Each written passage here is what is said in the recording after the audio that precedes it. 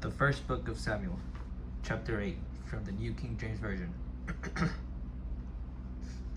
Israel demands a king. Now it came to pass when Samuel was old that he made his sons judges over Israel. The name of his firstborn was Joel, and the name of his second Bijah. They were judges in Beersheba, but his sons did not walk in his ways. They turned aside after dishonest gain, took bribes, and perverted justice. Then all the elders of Israel gathered together and came to Samuel at Ramah and said to him, "Look, you are old and your sons do not walk in your ways.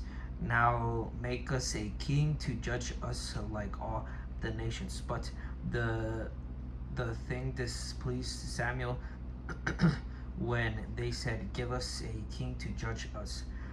So Samuel prayed to the Lord, and the Lord said to Samuel, "Heed the voice of the people in all that they say to you, for they have not rejected you, but they have rejected me, that I should not reign over them according to all the words they have done since the day that I brought him up out of Egypt, even to this day, with which they have forsaken me and served other gods.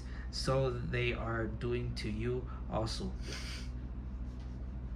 Now therefore heed their voices. However, you shall solemnly forewarn them and show them the behavior of the king who will reign over them." So Samuel told all the words of the Lord to the people who asked him for a king, and he said, "This will be the behavior of the king who will reign over you. He will take your sons and appoint them for his own chariots to be his horsemen, and some will run before his chariots. He will appoint captains over his thousands, and captains over his fifties.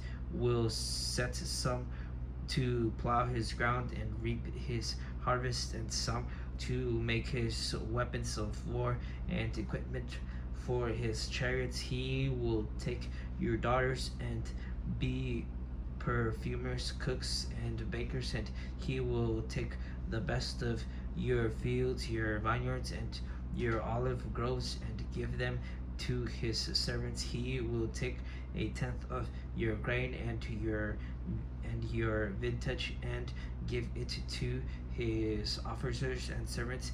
And he will take your male servants, your female servants, and your finest young men, and your donkeys, and put them to his work. He will take a tenth of your sheep, and you will be his servants, and you will cry out in the day because of your king whom you have chosen for yourselves, and the Lord will not hear you in that day." Nevertheless, the people refused to obey the voice of Samuel, and they said, No, but we will have a king over us, that we also may be like all the nations, and that our king may judge us and go out before us and fight our battles."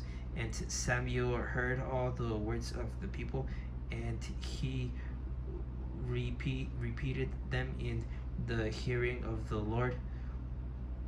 So the Lord said to Samuel, "Heed their voice and make them a king." And Samuel said to the men of Israel, "Every man go to his city."